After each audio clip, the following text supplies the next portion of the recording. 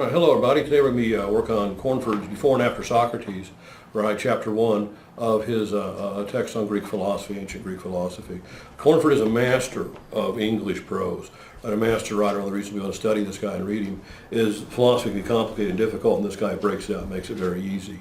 Now I'm going to be taking you through these study guides I've written, the most useful thing I've developed, right, in education to date.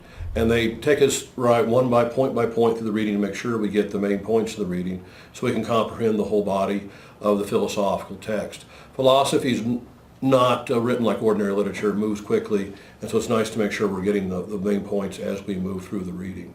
All right, so we start off, Cornford start off talking about Socrates. So Socrates is one of those world historical figures. A world historical figure is somebody that, after they moved around and wandered around for a while, things just are not the same. They're not going to go back to being the same as they were before. And Socrates is one of those types. After he wanders around Athens for a while, we'll see that when we go through his thought. Right, this guy is what they call a great thinker. What's a great thinker? Well, these guys, as Plato, Aristotle, Socrates, are household names, yet they invented no machines, right? They're not famous for developing technologies. They amassed no fortunes, right? They commanded no armies, right? They led no kingdoms. So what are they famous for? Well, they're famous for these great thoughts. And what's that? When you hear what they have to say, you're like, wow, I never thought of it like that before. That's a great thought. These guys really know what they're talking about.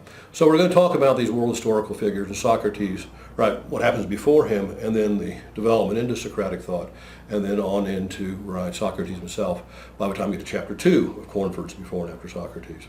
Right, so what Socrates starts doing is he's coming into this environment where philosophy is active, but it's called natural philosophy, and that it studies nature, it studies the external world, and tries to explain the things we see outside of us, but is not interested in describing and explaining what happens inside of us, like when we introspect, right, our minds and processes like that.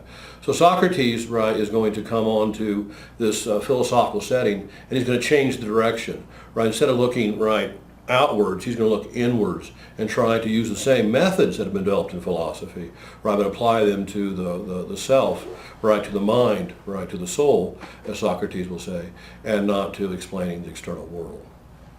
All right. Now Socrates is reacting against some of these pre-existing, right, pre-Socratic philosophies. One of these is Anaxagoras.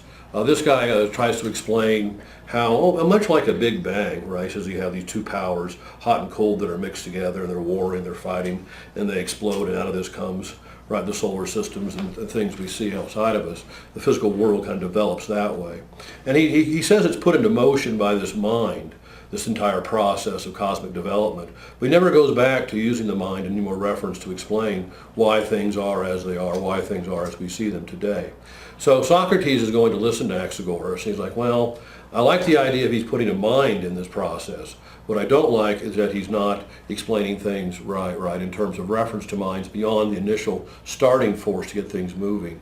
As Socrates will say, if I'm sitting in jail, right, after I've been on trial, right, for my corrupting the youth and teaching false gods and been sentenced to death, Socrates is explaining that he's sitting there for purposes, reasons relating to his beliefs and ethics and what he should and should not be doing, and not because of where, right, the bones and muscles and tendons of his legs are at, like Anaxagoras would explain why Socrates is sitting in prison by simply reference to physical events. Socrates thinks you have to go to his beliefs about justice, right and wrong, the law in Athens, in order to understand why he's sitting there, and not simply look at, right, the physical events behind it. And so what we're really looking at, though, with the whole movement in philosophy is a movement to what's called the discovery of nature by Cornford. Now this is a move away from using supernatural explanations.